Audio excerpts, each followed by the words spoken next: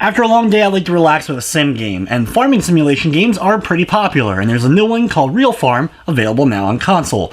But is this game a real hit, or is it more like a big old piece of cow manure?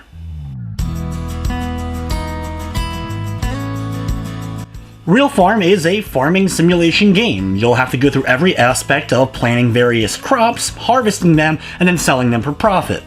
The game features two main modes, a free mode where you're able to just do what you please and set up your farm the way you want to in order to cultivate your crops, and then you have more of a story mode where basically an old farmer is getting ready to retire and sell the farm, and your eventual goal is to save up enough money in order to buy it for yourself. Most of my time spent with the game was in that campaign mode, though if you're a veteran of this style of game, you may want to just jump right into the free campaign. The main reason is it just doesn't offer that much. You have the overall goal of getting $1 million to buy the farm, as well as you have odd jobs that you're able to complete for other farmers in order to gain more money. But these odd jobs basically just boil down to doing their job for them, either sowing a field, or harvesting it, or spraying it down. There's no extra story bits thrown in, or flair, or voice acting, or anything else to really make the campaign a worthy addition.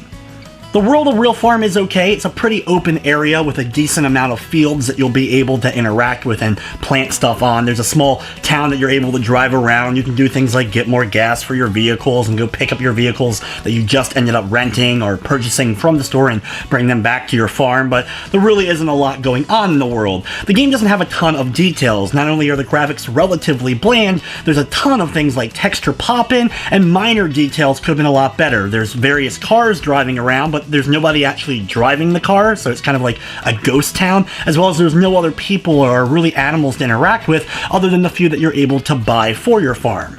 This is a game that's obviously not for everyone. It is very slow paced and you could easily end up putting a lot of hours into it.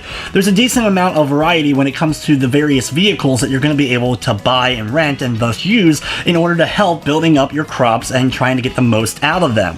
The game's biggest issue, though, is in the driving and control of the vehicles itself. It just doesn't feel very realistic, and for a farming sim game where you're going to be doing this most of the time, vehicle control is very important, and I feel they did a very poor job as far as implementing that is concerned. It's done much better in other farming games.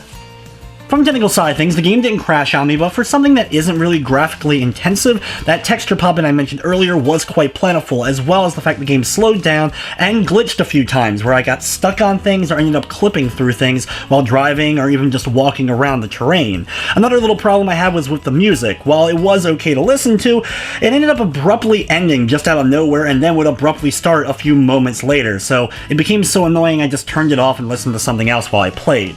Real Farm is available on PS4, Xbox One, and PC for $39.99. It does have a Platinum trophy on the PS4.